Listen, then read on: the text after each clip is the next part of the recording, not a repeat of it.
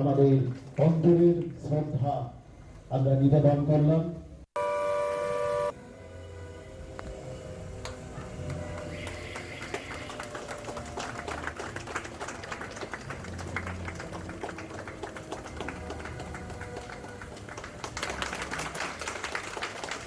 এর মধ্যে দিয়ে আমরা আমাদের দেশ মাতৃকাকে আমাদের অন্তরের শ্রদ্ধা আমরা নিবেদন করলাম।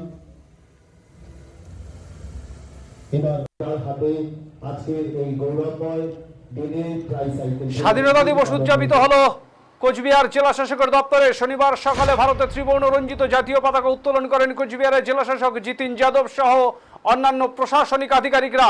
স্বাধীনতা দিবস উপলক্ষে এই দিন বিশেষভাবে সক্ষমদের মধ্যে ট্রাইসাইকেল বিতরণ করা হয়। এর পাশাপাশি বৃক্ষরোপণ করা হয় জেলা শাসকের দপ্তরে।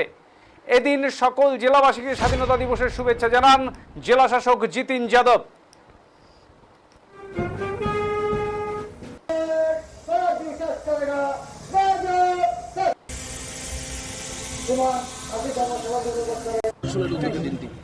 আজকে আমি কোচবিহারের প্রত্যেকটাই নাগরিককে অশীতম আমাদের স্বাধীনতা দিবসে শুভেচ্ছা ও অভিনন্দন জানাই। আমরা ছোট থেকে এই দিবসকে সবাই পালন করি। আজকে জেলা শাসক হিসাবে আমি পালন করেছি। এই আমার স্বপ্ন ছিল কি আমি একজন পড়াশোনা করে এখানে জেলা শাসক হিসাবে এই স্বাধীনতা দিবসকে পালন করি।